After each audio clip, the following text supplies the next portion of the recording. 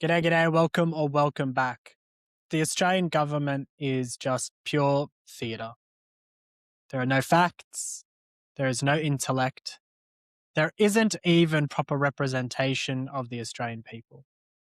It is just a bunch of theatre kids who managed to get their way into being voted into government by the Australian public. It is embarrassing to watch. Both nationally and internationally, we are nothing but a joke. I find it very difficult to continue to be optimistic when this is the current state of our government, and yet we have to go on. We're going to take a look at everything from the Liberals to Labor, from Iran to Australia, from petrol to Hannah Ferguson. We're going to get into all of that and more on the Mark Pirotta Show. 5, 4, 3, 2, 1, 0. Blaster! Welcome to the Mark Pirotta Show. I feel as though I'm cheating when I do not do something related to abortion on one of my episodes. Because at the end of the day, abortion is probably the most important topic in the world, not just in Australian politics, but as a moral human being, the most important topic to speak about is the murder of tens of thousands of children, at least on our shores, every single year. From the most recent data, almost 80,000 kids a year are killed, and that is only by what is tracked. That doesn't include Plan B, that doesn't include everything that is not reported. It is very likely that in our country today, more children are aborted than are actually born. And that is a devastating thought. When you actually throw your mind to the fact that potentially we are importing hundreds of thousands of people while simultaneously murdering hundreds of thousands of our own citizens, it starts to paint a pretty dark and pretty bleak picture of the society that we hold so dear. And so I'm going to continuously try to bring up as many awesome videos as I see on the internet because there's a lot of content out there. We just don't see it anymore. It is shunned into the dark corners of the internet where the left wing of politics can pretend as though the facts are not the facts. But this is a video that I remember from when I was in school, or at least similar videos of this type. Because when I was in school, we were still taught about actual biology. There wasn't this notion that men can be women and women can be men, and there wasn't really the notion that a baby isn't a baby. It was always taught to us as something that was common knowledge. It was pretty clear to us pretty early on in life that when a child is in the womb, it is still a child. And when you see videos like this, it's not hard to see why we had that thought process. Watch. In response to a light touch on the sole of the foot, the fetus will bend the hip and knee and may curl the toes.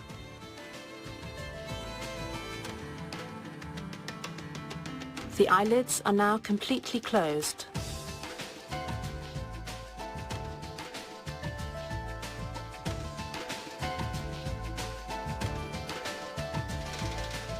In the larynx, the appearance of vocal ligaments signals the onset of vocal cord development.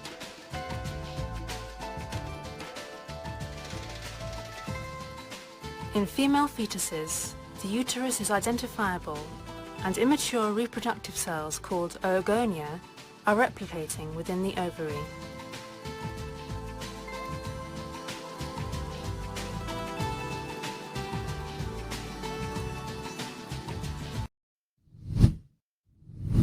That is a 9-week-old baby. 9 weeks old in the womb and very, very clearly a human being. 10 fingers and 10 toes, a heart beating in a chest that you can see. Lips already formed, eyelids closed shut, but very, very visible. A cute little nose. And in the minds of everyone on the left of politics, something that is allowed to be murdered, genocided to a degree that no human, no organization, or no nation has ever engaged in outside of the womb. I've said it once and I'll say it again. The greatest genocide in human history is the feminist ideology that a fetus is not just the word for small child.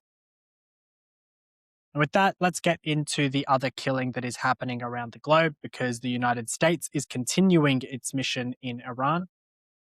Everyone is currently having their say on what they believe the morality of the situation is. Everyone from Candace Owens to your local fruit shop owner. Everyone has an idea, everyone has an opinion, and almost no one has any of the facts. I don't have the facts. I have what is being given to us by the news. I have what is being shared on social media, and this is the facts as I see them right now. The United States is decimating the Iranian military capacity. They effectively have no navy. They definitely have no air force. Their ability to throw missiles at all of their neighbors is almost entirely decimated. They have a new Ayatollah, but that new Ayatollah is just the offspring of the old Ayatollah. It is the same regime, just a new generation. And as it stands today, the conflict is going pretty much exactly to plan. The only real question mark is why Iran decided to bomb everyone except Israel. The Iranian regime has bombed all of its neighbors about 10 times more than it has bombed Israel since the beginning of this conflict. It is a very, very strange decision by the Iranian government, but one pundit has effectively come out and said that the reasoning behind this is that the United States won't stop, Israel won't stop, and the only way to try and get them to stop is to try and convince the local neighbors that maybe the US ought to stop this mission. But right now it seems as though Iran will fall. There is a ground invasion happening. The Kurds. The Kurds are a group of people who have been effectively stateless now for the better part of 50, 60 years. For a small time there, they were given their own land back by the USSR, which was then removed from them, and now they have been a stateless population for the better part of 50 years. And in this moment, while Iran is weak, they are trying to reclaim the land that they believe is theirs. They have military capacity, some of which it seems has been garnered from the United States. And this is one of those moments where you do have to question the decision-making of the United States, because this has never gone down well. Every single time that the United States tries to arm a local population, that local population ends up becoming a terrorist group about 10 to 15 years later. Almost inevitably. Pretty much every single one of the ground invasion forces eventually starts saying, hey, I know we made a deal with you initially that we would be United States loving, West loving, non-radical Islamists. That we would just be the good Muslims in the local area. But every single time that has failed, ISIS, the Taliban, Al-Qaeda, they were all initially just local militias that were used by the United States and the intelligence services in order to topple the current regimes. Will this be different? I doubt it. Eventually, the Kurds are going to want their own full sovereign independence, and they will rail against the United States, in my opinion. And again, in my opinion, I think they have every right to do so. But do it in the right way this time. Maybe don't cry for the death of millions of Americans and the death of the Jews, and just say, hey, we want full independence. We've done our job, you did your job, and we're going to stabilize the region if you give us the sovereignty we need in order to achieve that. That's the current state of affairs, as I see it, over in Iran. How is that impacting us here in Australia? The majority of the impact has been political, and it has been fuel prices. Now, fuel prices have jumped approximately 50 cents on average over the course of the last week. That is only 1 week. We are now 1 week into our 4-week deadline when it comes to fuel, and that deadline is entirely based around the fact that the Australian government has been holding approximately 1/3 of the international standard for fuel storage, fuel security, over the course of the last 12 to 15 years. This is not just a Labor problem. This is a problem that started with the soft liberals, with the Scott Morrisons of this world, with the Malcolm Turnbulls of this world. The people who swung politics so left because they were so worried about looking bad to the Australian public. And not the majority of the Australian public, mind you, to the minority. who are now so much further indoctrinated by the weakness of both a liberal and a Labour political class. In saying that, geopolitics has reached our shores as well, because Mark Carney is here at the moment, and his visit, while completely useless and achieving almost nothing, highlighted one very, very key and important fact about Australian politics. It's that our government loves to keep us divided at home while presenting a united front overseas. If we are continually fighting amongst ourselves, exactly how Kangaroo Jack says it, then we're not going to notice all of the problems that are happening within our country. Because we're so worried about what flags are being put up at what buildings that we are not looking at what is really important. And however much we are told as an Australian public that we put up the Aboriginal flag on our government buildings to show a united front, and because we have a social cohesion in this country that is unbreakable, that we have the ability to have multiple flags flying on our Parliament House. That is actually a sign of our great strength. But it seems as though every single time we invite a foreign leader, those Aboriginal flags somehow disappear. Mark Carney walking through the halls of Parliament House, flanked by the Canadian flag and the Australian flag with no Aboriginal flag in sight. It is a contradiction of the highest order. If you are to show a united front in this country, a social cohesion in this country, and you were to propagandize that to the public, then you ought to also, if you hold that to be true, display that to the international world. But every single time one of these politicians comes from overseas, one of these leaders comes from overseas, we inevitably see only the Australian flag. And it is not a coincidence. It is because Anthony Albanese and every other politician understands this fact to be true. You cannot be a socially cohesive country while simultaneously being multicultural. You cannot show a strong front if you are anything other than united. And unity demands a sense of identity. And that identity cannot be split between several different nations flying under several different flags. And while I agree with Kangaroo Jack that the Union Jack, I don't believe, should be on our flag, right now that is our national flag.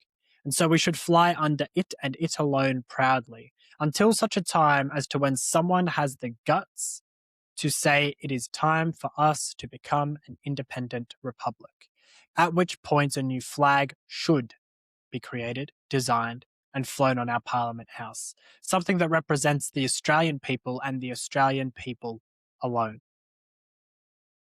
And while we're speaking about international geopolitical contradictions, let's listen to this clip.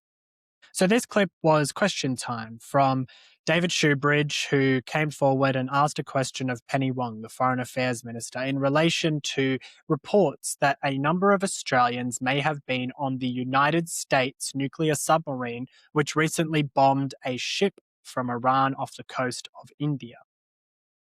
Now, this question was a good question by David Shoebridge with terrible intentions, because David Shoebridge has a problem with Australians being involved at all in geopolitics, unless, of course, they are touting the Chinese regime.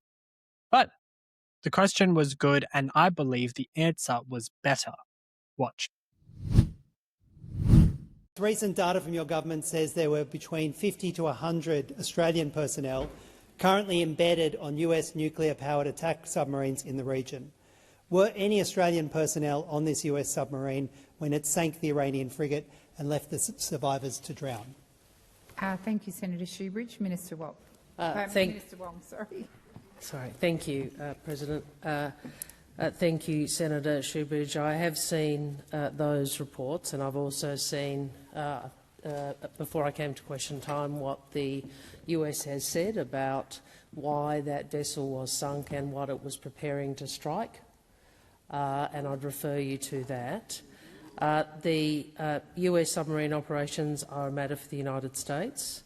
You ask about Australian Defence Force personnel. As I have told you before in a number of other contexts, for operational and security reasons, we do not disclose specific information regarding Australian personnel.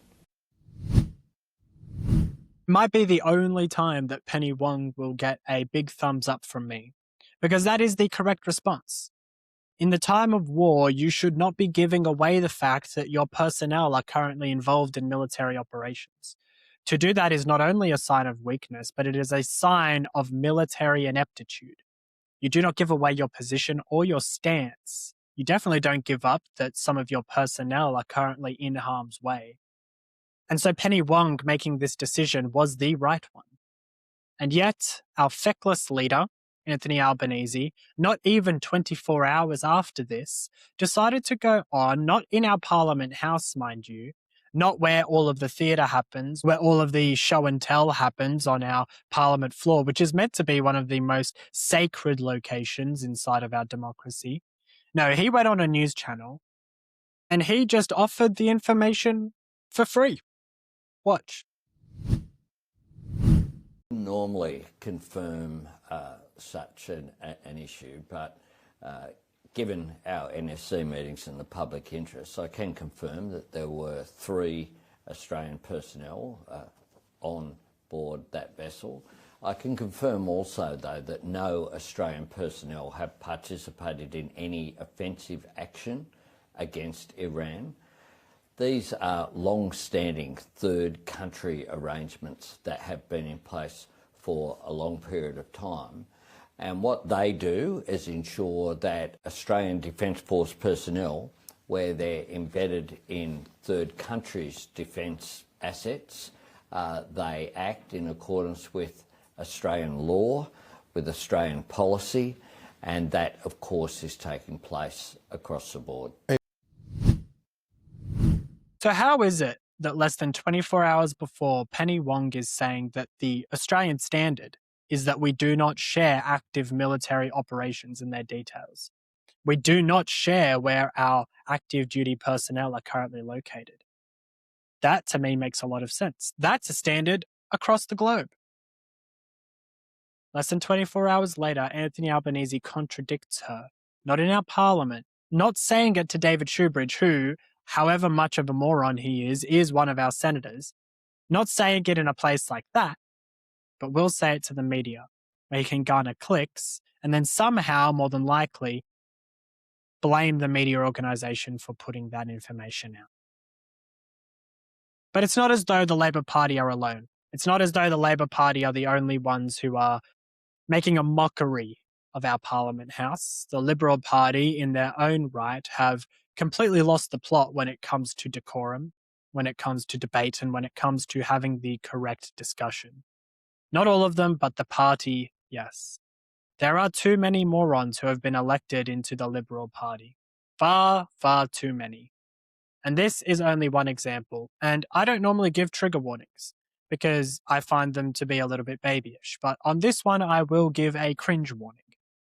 I suggest that if you don't like cringy stuff, you skip the next 30-odd seconds because it took me a very long time to grab this clip for you guys because I just kept making a guttural ugh.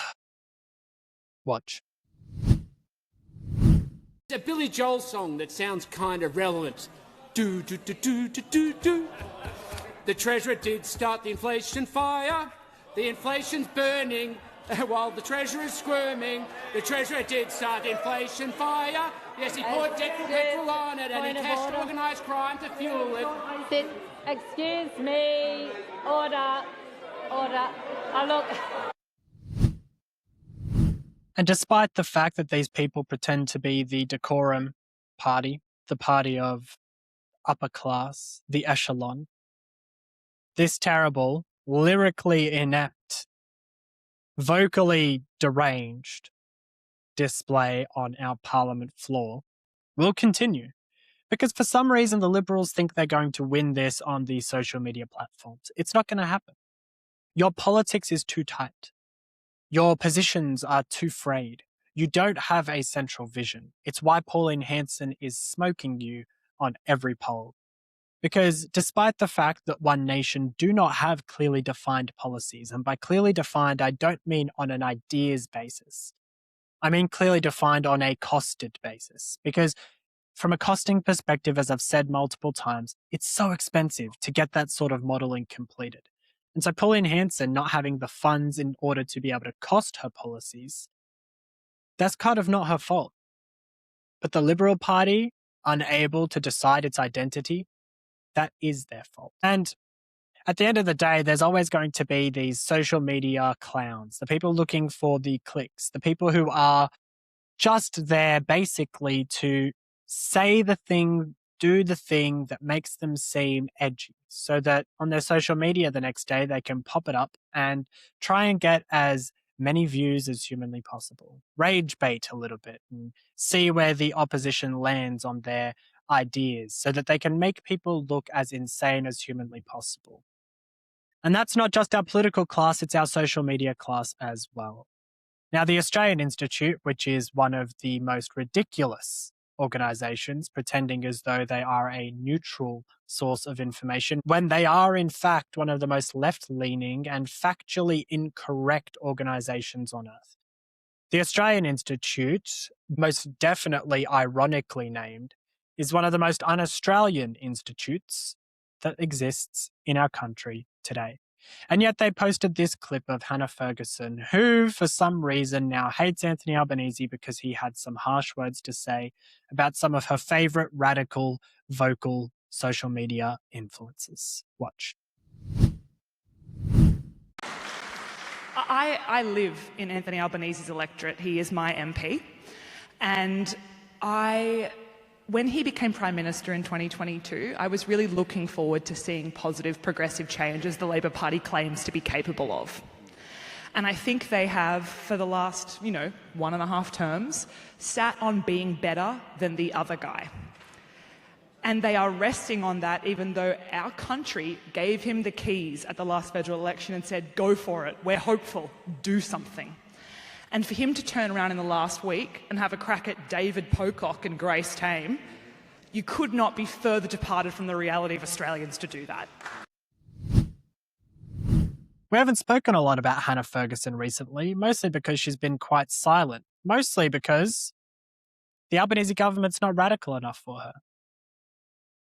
The people gave Anthony Albanese the keys to the kingdom.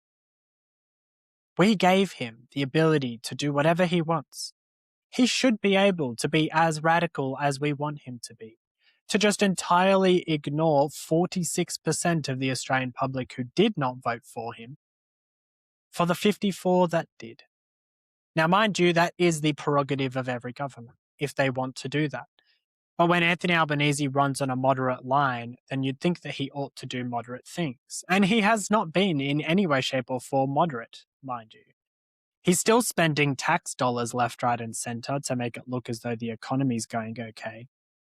He's still pretending as though speech can somehow be criminalised in a real way, not in an insightful way, just in a commentary way. He's still trying to ban people from social media, ban social media platforms, and still trying to turn us into a Chinese socialist state. A state that is entirely dependent on the 10% of people who actually do work in this country to support the rest of the people who think that they are owed other people's money. Now, Hannah Ferguson, in my opinion, is the perfect medium of a left-wing voter. She is neither radical nor is she centrist. She's not super extreme to the extent that you'd call her crazy in the same way that Greta Thunberg is crazy. But neither is she a centrist in that you wouldn't expect her to scream globalize the intifada at your next rally. She is a faux intellectual. And these faux intellectuals are the kind of people who can spin words in a circle and dizzy you with the nonsense. And it is very hard to actually articulate against these people. Not because what they're saying is good, but because it's so hard to discuss against nonsense. You have to unpack too many lies, too many half-truths, in order to actually sit down and have a discussion that is worthy of the people. And in saying that, it would take too long. You would need 15 3-hour Joe Rogan podcasts just to unwrap 4 sentences that are said by the majority of these left-wing pundits, the majority of whom are women, mind you. It's just basically the Suits theory, which is throw the whole kit and caboodle at these people and make them have to sift through this word salad for the next 6 months.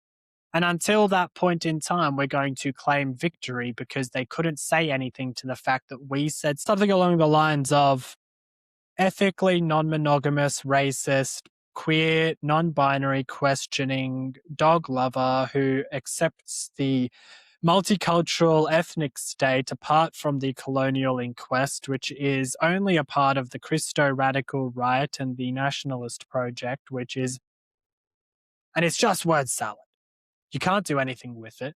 You can't unpack every one of the lies because you'd be there until you were dead.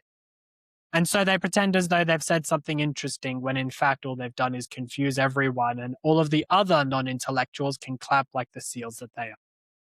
But again, it's not just the left wing of politics that at the moment is overcooking the egg. Right now, on the right wing of politics, there is a fringe largely led by Nick Fuentes, Candace Owens, Myron Gaines, the Andrew Tate squad, as I like to call them. The kind of people who engage only in radical speech because that's what gets clicks in our country today. We don't have a highly intellectual class in Australia anymore. The average person's IQ is dropping very quickly. But not only is it not an intellect question, it is a question of gullibility. It is a question of just believing everything that you see that is put in front of you. And that is the real problem, because our commentary recently has shifted. A lot of people are speaking about doesn't pass the pub test, the sniff test. That sort of language is because people have a gut instinct to BS. You don't have to be a high IQ person to notice that. It's why the average One Nation voter is a farmer, because they know how to smell out BS. The average One Nation voter is a plumber, because they know how to smell BS. They can sniff it from a mile away and they can tell when this stuff does not add up. They may not be able to put the words to it, but they can understand that the lies are coming from left, right, and centre. And the extremes of politics, it's not just the left anymore. The right is picking up its own speed, and it's the way things go. When the left gets too powerful, the extreme left becomes larger. Now that the right wing of politics, specifically in America, is becoming powerful, the people on the right of politics have to shift too far to the right. So we're going to get an extremist right-wing element that grows out of this, unless we can learn the lesson of the past and just stop listening to these people. I appreciate all the humans who go out there and consistently engage with Candace Owens and fight her on the platforms, but that just causes more engagement. Honestly, if you were to just do full media blackout, you would probably do a better service to humanity. But that sort of rhetoric is leading to problems here in this country as well. The actual racist wing of this country, not the wing of the One Nation Party, which is a right-wing party, not an extreme right-wing party. The element that really, really does hate people just for being who they are, and the people who think that conversation is now out of the door. You can no longer have a conversation. You can't say things that may take things a bit too far. People think that they now have to do things that will take things too far. And that's why this is a story that I missed, by the way. I didn't miss it, I saw it, but I forgot to speak about it. In Western Australia, just at the beginning of last week, we saw this news report coming out, not from the police commissioner, by the way, but from the Premier. Watch. Date on a WA police operation which took place yesterday. I can confirm that as a result, a 20-year-old Bindoon man has been arrested and charged with an act in preparation for a terrorist act. The man has also been charged with firearms offences. Police allege the man was planning a mass casualty event on a range of public buildings across Perth, including the WA Police Headquarters, WA Parliament House, and Muslim faith places of worship. It will be alleged this person was motivated by a white supremacist ideology. What I find super interesting about this, outside of the fact that it is clearly a very large issue, is that I bet any money there's been about 10 of these sorts of arrests of Islamists in this country over the course of the last 2 weeks. And I'm not trying to minimize the fact that this has happened, because even one terrorist attack one attempted terrorist attack is a major issue, needs to be investigated, and any accomplices need to be taken out. But the Australian public has a right to know about all of these incidents. The fact that there is one white supremacist in Western Australia who is currently sitting under a Labor government, and so it is politically advantageous in order to do this sort of thing. There is one white supremacist over in WA who has been arrested on suspicion of planning a terrorist attack. There is very likely at least 10 Islamists for everyone. And why is that a piece of information that we can say, let's just say, not without cause?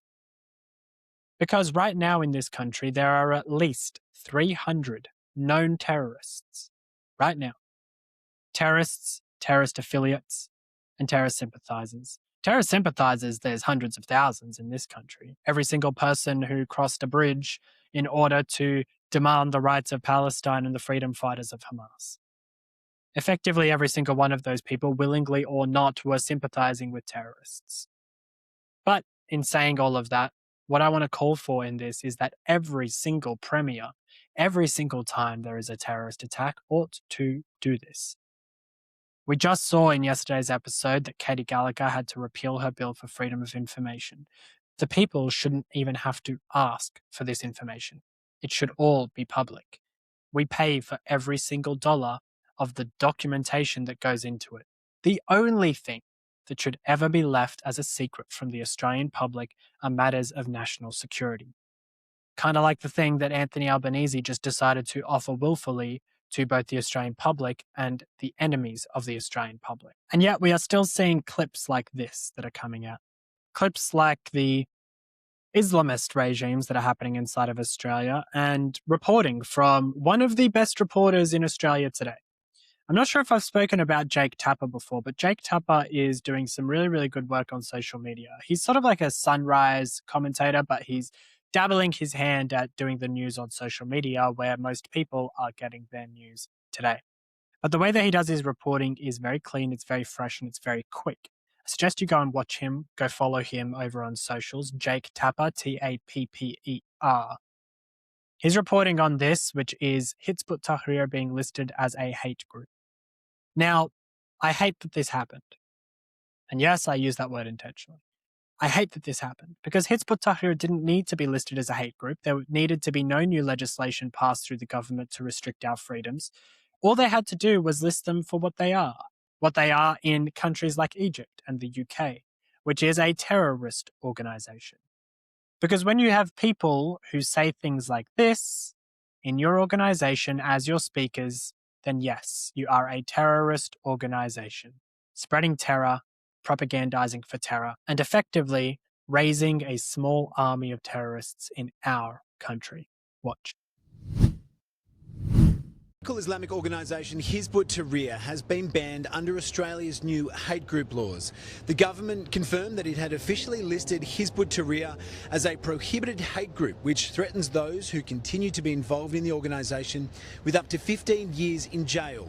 This brings Australia into line with countries like the United Kingdom, Germany, Indonesia and Egypt, which have also prohibited the group. Hizb ut-Tahrir has been singled out by ASIO Director General Mike Burgess for undermining social cohesion, with members spouting hateful messages and creating a pathway for others to engage in violence. We have to look actually at its core what that group internationally believes in. It doesn't believe in the open free society we live in. It wants to replace this with a caliphate. How can we accept that? This is our country. They can do that in their own. An event held in Western Sydney in January featured a speaker accusing the West of sucking blood and draining the wealth of humanity. Another speaker called for the establishment of a caliphate, stating, "We are not happy trying to organise conferences. We are in the business of trying to organise a state." Members of Hizb ut-Tahrir face a maximum prison sentence of 7 years, while knowingly recruiting, providing training for or funding the outfit could incur a 15-year prison sentence. Anyone receiving funds from the group could also be slapped with a 15-year sentence. So yes, it's terrible that a white supremacist existed in WA and he was captured in the act, potentially. of planning a terrorist incident, targeting several buildings, including Islamic mosques. But at the same time, this clip in and of itself vindicates to a large extent what Pauline Hanson has been saying for a very long time, which is you do not know who is good and who is bad. It is very difficult to know who is good and who is bad.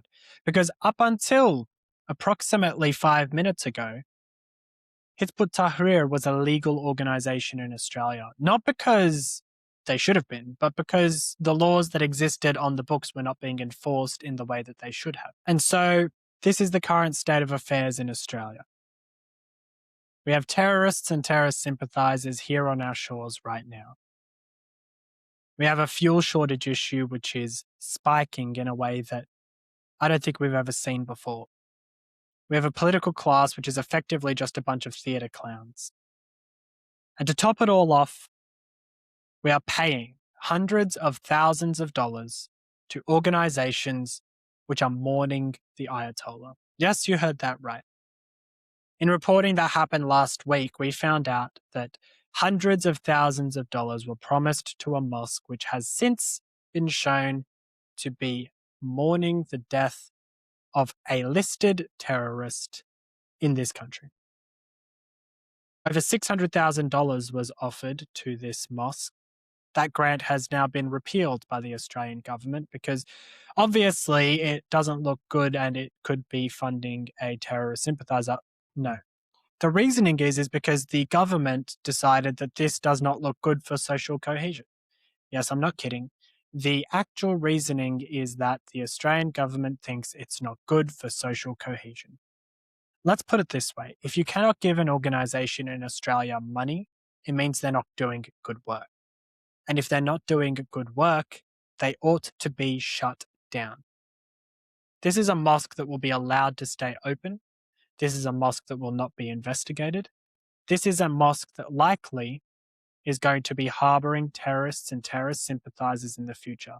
If they are willing to mourn a man who willfully killed 30,000 of his own civilians, then yes, that is an organisation that should be shut down, not because they hate anyone, but because they're terrorists. Because in mourning for the death of this man, they are effectively saying he should not have been killed, which means he is a martyr.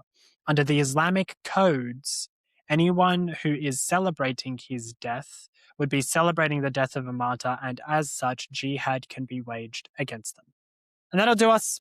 That'll do us for the show today. I will not be back until Tuesday next week. I hope you guys have a great and blessed weekend. My name is Mark Pirotta, and this is the Mark Pirotta Show. God bless.